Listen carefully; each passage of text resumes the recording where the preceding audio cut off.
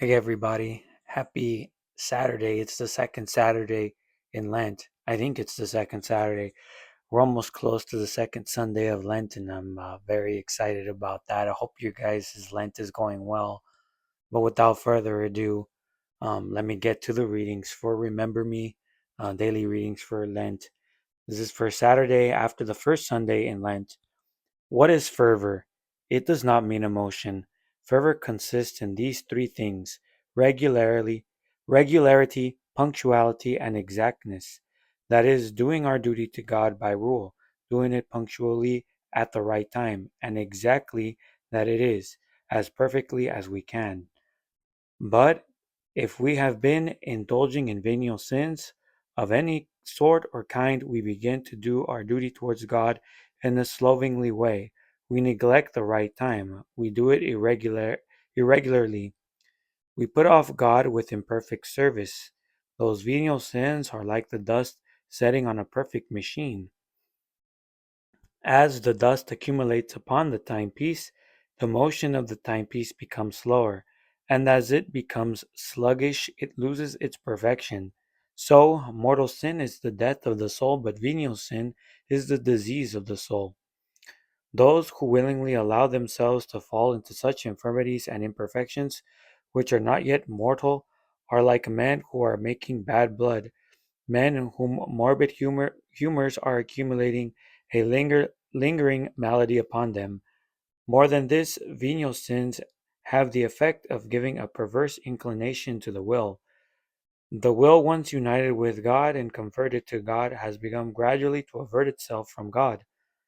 There is no such thing as an equilibrium between God and sin. That cannot be. And when the will loses its union with God, it immediately inclines itself towards sin.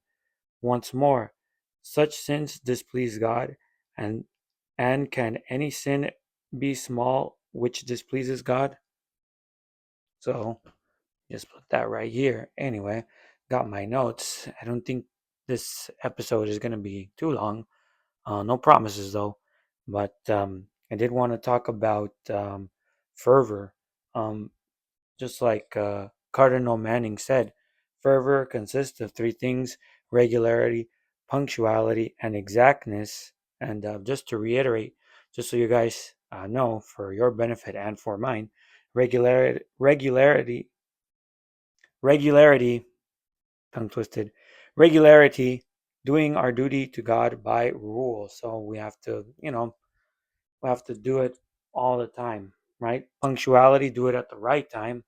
Sometimes there's times where we have a set time for prayer. So when you have a set time, say you do your rosary at 6 o'clock, you do it at 6 o'clock. Don't do it at 6:30. Don't do it at 7. Don't do it at 7:30. You might be watching, even if you're watching a movie, like press pause and do your rosary and go back to what you are doing. Exactness, and this is something that I personally have an issue with, as perfectly as we can. This is not just an issue for me. I'm sure it's an issue for you guys, as perfectly as we can. I know it's very hard that our brains kind of scatter sometimes, and we get scattered brain when we're praying. Sometimes, we start daydreaming, and it's something that we have to overcome. That is, I would say, and I've read before that that is the enemy coming after us and creating all kinds of distractions so we don't focus, so we don't grow in holiness.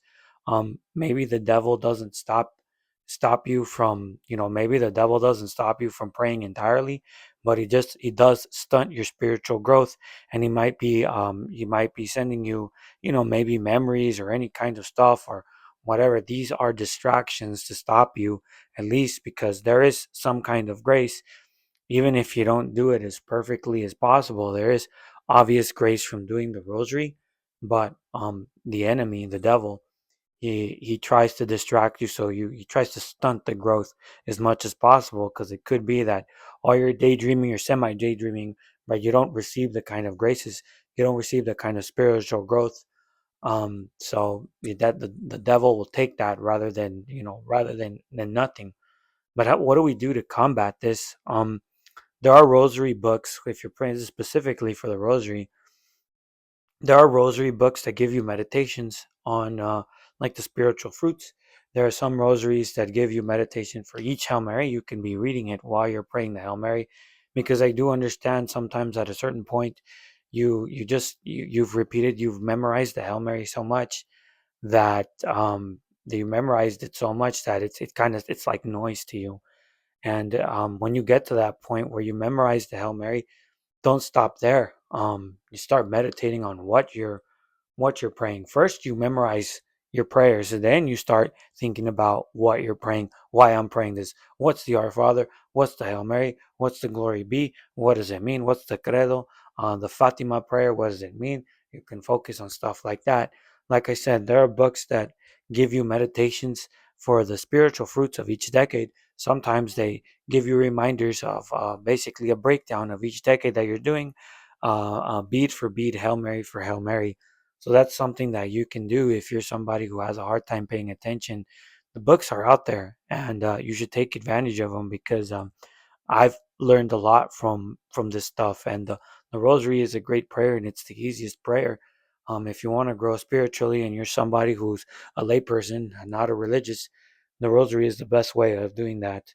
But Cardinal Manning continues, and he talks about venial sins, about how venial sins gets in the way and it creates a bigger problem. Sometimes it leads to mortal sin. I just wanted to go over, venial sins begin to make cracks in our relationships, with our relationship with God. And let me just define mortal sin and venial sin. Get a little catechetical for you guys. A mortal sin, mortal sins is the death of the soul's. Venial sin is the disease of the soul. That's what Cardinal Manning said.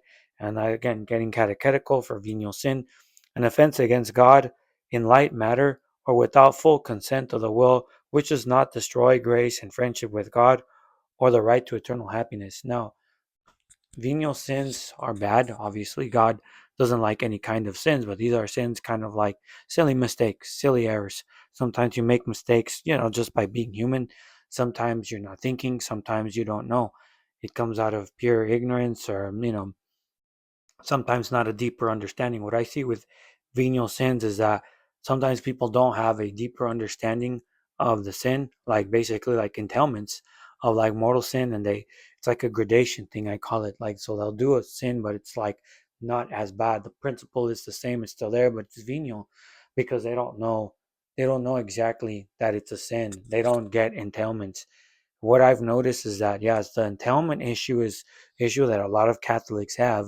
The entailment of like, this is the consequence of this.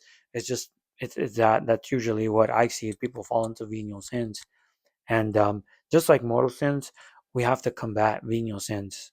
It's easier to combat venial sins, but we can't let those venial sins overtake us. I've seen one too many times many people who are on a good path, especially like people who are trying to get their feet wet.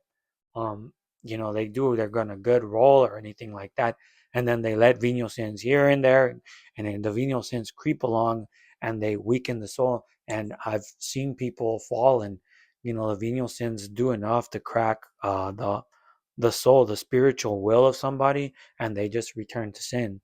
So you can't let venial sin do that. Um, um, Constant confession is a good thing, but also maybe devotions when you recognize that something is a venial sin. Um, like, kind of like, to me personally, you guys might have your own opinion, but like a venial sin is like you bump your toe or something and then you cuss, right? You don't really mean it. It wasn't done with thought. It was just a reaction. Usually venial sins are a reaction. The most common kind of venial sin is a reaction to something. You might get scared and go, oh man, like that, like you, most people, they do that. And as much as we shouldn't be cussing, and it's a issue that I have too. I have a problem with it as well, just like I'm sure you guys do. But most of the time it's by reaction. Most of the time it's by reaction, or you get passionate enough or angry enough or something, you lose your composure and you start cussing. That, I think, to me is kind of, a venial sin. But like I said, you cuss enough times. I know people say that, there's some people who say that cussing is not a big deal, that it's that cussing is what would relative to the time and culture. But It's not necessarily, to me, it's not necessarily the word. It's not the word in and of itself. Well, the word is vulgar itself, so it is kind of a sin. To kind of correct myself, it is a sin to use the word, like it is a sin to use these words because it's a vulgar expression, right? But it's also like, where does it come from, right? Using certain words, it usually comes from anger. Speaking a certain way usually comes from anger, from perversion, right? It's a sin, and don't let anyone tell you, right? And the best arguments that I heard is, like that, like oh, you're viewing it, it's like, oh, if you use a word like in a pedestrian sort of way, if you use certain cuss words in a pedestrian sort of word, that's okay. It's not okay. It's not okay just because of where it comes from, right? Vulgarity is also a sin. I don't know where the biblical verse, there's one, I forgot, I can't get it off the top of my head, but there is a biblical verse that talks about it. Maybe I'll talk about it in another video when we're talking about cussing and what we do with that. But yeah, it's not of God. It's not of the will of God. It's not a will of the Holy Ghost to speak vulgarly, right? Like we shouldn't do that. And I know we use cuss words, like we use it like we use salsa for food, kind of putting a little bit of spice to it, but we shouldn't be using those words, right? And just like I said, to repeat, mainly because the vulgarity of it, and the feeling of where it comes from. Usually, when people are sinning, they don't have an emotion, like the emotionally, they're not. It's not coming from a good place. Like I said, to repeat again, here it comes from, right? Comes from concupiscence, right? Comes from concupiscence, or it comes from anger, right? And then if you take those two things out, it's still vulgar to use. There's other words that you can use, and why I'm focusing on cussing is because that's the easiest of the venial sins that start cracking through. You just look around and just like, oh, I use a word here and there and there and there, and you're like, oh, it's funny. I'm just using the word here. I call this guy instead of, I like call this driver this word and that word and that word, and all it leads to is that you just start getting angry easier. That's what it is, because you get our bodies, our souls, we like revenge because we're fallen people. We like revenge. We like getting our we like dishing out punishments, and that's what it is. It's kind of like, even if the person doesn't hear it, even if you use a cuss word to describe someone and they don't hear it, we still get the gratification, like, yeah, I gave it to him, right? Like, yeah, you got it, like yeah, he really, I gave him a piece of my mind, but it comes from anger. And like I said, those that even if we were to be friendly, even if I were to give it to you, I'm granting anyone who has a position of like, I don't think cussing is that bad, even if I grant it to you that it's a venial sin, which I don't think it's not, but I'll grant it that it is, just for the sake of this conversation, because even if using foul language was just a venial sin, eventually use it enough time and you start, you fall into mortal sin, right? But there's a lot of stuff, um you know there's a lot of like a venial sin. Another kind of venial sin is when people don't get to mass on time, right? When they whatever, they wake up late, they don't mean it, right? But it's this continual thing. You have to hold yourself accountable, because I personally do think it's a venial sin to get to church late, whether it's on purpose or not. I think it's a venial sin that you get into church late. And the problem is that when you go to church late enough times, start making excuses, it starts becoming a habit. It starts becoming a habit. So we have to hold ourselves accountable to that, because the same thing, you start going to like, oh, well, it's not that big a deal. You start making excuses, you start repeating the venial sin enough times, and then eventually you start coming to church late, you stop caring about the mass, and then that could lead to a lot of that could lead to people falling out the church. Another example of a venial sin is not following the Friday penance. Traditionally, the Friday penance is to refrain from eating meat on Fridays. You're not supposed to eat meat traditionally, and personally, I think that was the best thing, the best kind of like the easiest thing for everybody to do. But I gave an example of how these things, how this, how these things go. Right? Catholics were not they didn't eat meat. Historically, I got to look at it, but I don't know how many. Catholics at the time, let's say in the 1940s and 1950s. I don't know how many of them were following it anyway. I probably, because of what I'm going to talk about right now, there were probably a lot of Catholics who weren't following it anyway.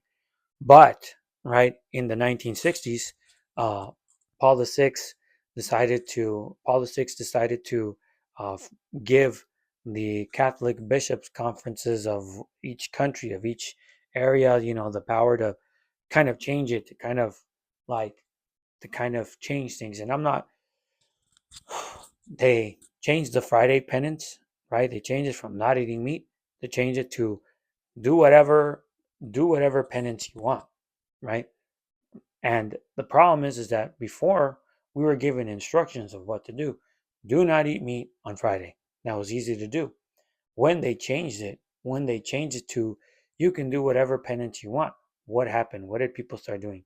Right? People started to kind of, at first, I'm going to give the benefit of the doubt to most Catholics at the time when they were given the choice to exchange the no meat on Friday to something, another act of penance. What they did is they started to ease up on it, right? And I'm not saying that that in itself is a mortal sin, right? Because there's some things like, for example, right? I'm just gonna give you, he's going a little rant. It's not bad in and of itself. If you were gonna pray, say, a full roll like the 15 decade rosary, right? You're gonna pray that on Friday. If you were gonna say, if you were gonna do the holy hour on Friday, that's the pen. Instead of doing a regular holy hour, just I'm gonna spend 2 hours with the Blessed Sacrament. That's one thing, right? That's what instead of spending whatever, the 20 minutes, the half hour, you spend 2 hours. Instead of praying the one rosary, you pray the three. Instead of, you spend, let's say, like something that I would find acceptable, you read the Bible for like an hour and a half or something. Like, you know, that that is something good. That to me would be like that's a replacement that's stronger, then it could be seen as stronger as not eating meat on Friday. But what happened is people started to ease up.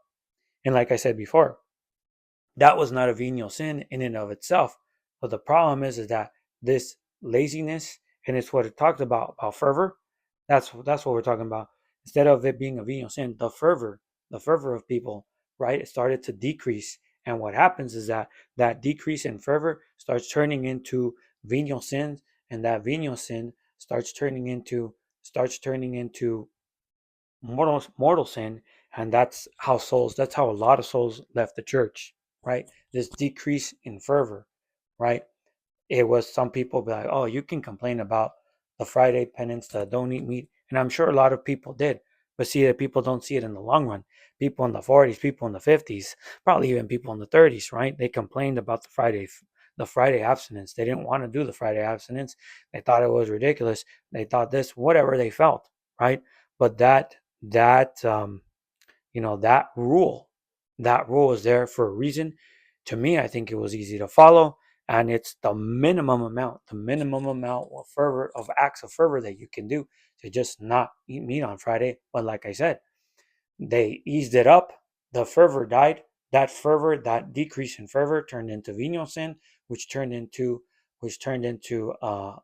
mortal sin, and a lot of people left the church by that route. Right? It's a decrease in fervor. And I'm that too. Just talking with you guys, it's too like the decrease in fervor increases your chances of um of venial sin, which if you keep going, it leads to mortal sin. But yeah, fervor is very important, and I just to go again over fervor because I think I was talking more about venial sins.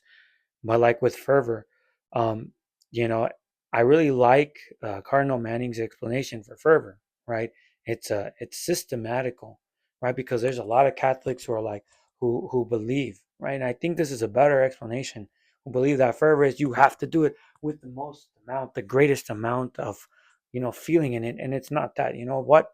It is better to pray regularly, even if you're here or there and not necessarily like right you might not be in the best state emotionally or whatever, but constant prayer is better than the once a month that you pray the rosary. Because there are people who I think I talked about this before, but going back to the subject of fervor, because I'll talk about examples, I'll bring up the same examples because they all match together. But bringing it up, like it's better to do a rosary continuously and grow in holiness and grow in grace slowly than to, well, once a month I'll go and I'll pray the strongest rosary, and I'll pray the rosary like I'll pray the rosary for 3 hours and I'll meditate on every word.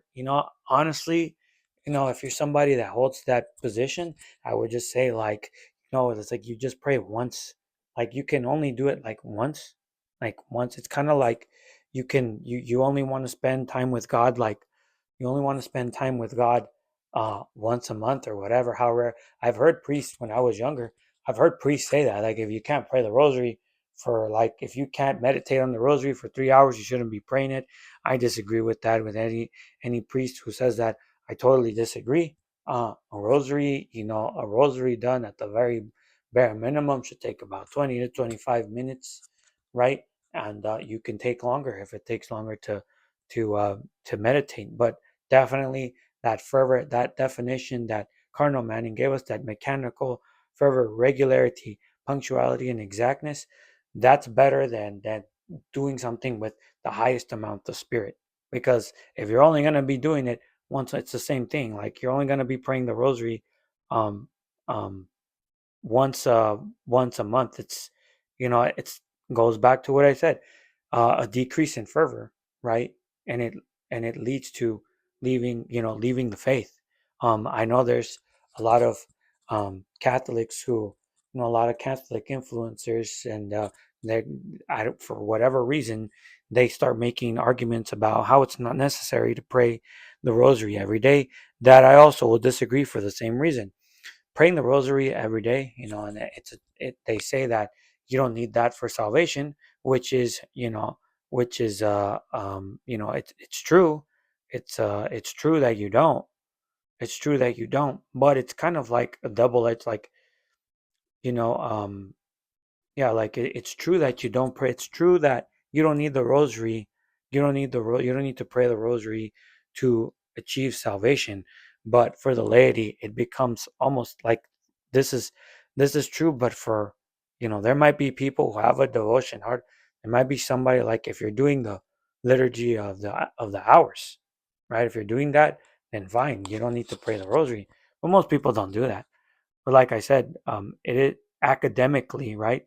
Academically, it's true that you don't need that, right? Speaking in purely, in catechetical terms, it is true that you don't need the rosary every day. However, right, the rosary is not just a 25-minute prayer that you do. The rosary helps in growth of spiritualness, of grace, and of holiness. It is the easiest prayer to do that. And if you don't pray your rosary, and I would say pray the rosary every day, because Our Lady asked us to. Our Lady asked us to pray the rosary every day. And if I had the choice between listening to Our Lady or listening to Catholic influencers, I would rather listen to Our Lady over here, who is an obvious expert. She knows she knows what's possible, and she's been given the graces by our Lord to give to the followers on earth, to give to the believers on earth how she sees fit, right? She has a right to distribute them, the right, obviously, given from God, the authority given from God. These are gifts that she was given to God, the gifts of grace that she gives, that she obtains for us, not gifts, that she obtains for us by praying the rosary. Praying the rosary, again, praying the rosary every day is good to grow in holiness. But if you don't do that, right? And I'm sure if you don't pray the rosary every day, you're not praying the liturgy of the hours. You're not praying on it. You're not doing. I know people are going to cope and say that they do. They don't do that. But I'm sure, like, I can look at somebody in the eye, like, you don't pray. Like, if you don't pray the rosary, you're not doing other stuff. If you complain about a 20-minute prayer, you're not doing stuff that takes more time. So please, right? Don't don't put your don't don't put your spiritual life, like, at risk. Don't put it at risk, right? Keep the fervor the highest you can. And the three, like what Cardinal Manning says, the three stuff, right? Regularity. punctuality, and exactness. That's the best thing to do. Slow and steady. That's the best way to do it. Fervor is important, right? Those three things are important to do if you wish to grow in holiness. It's something that you should be practicing for Lent, especially, and and keep an eye out for mortal sin. Be careful. At the end of the day, what helps, if it helps, do an examination of conscience before bed, and really be critical about yourself, because that's the only way you're going to grow in holiness. And I thought this was going to be a short episode, but I think this is the longest one that we've had. But hope your Lent is going well. And if you guys, I'll pray for you. I hope you guys pray for me. And until next time, take care and God bless.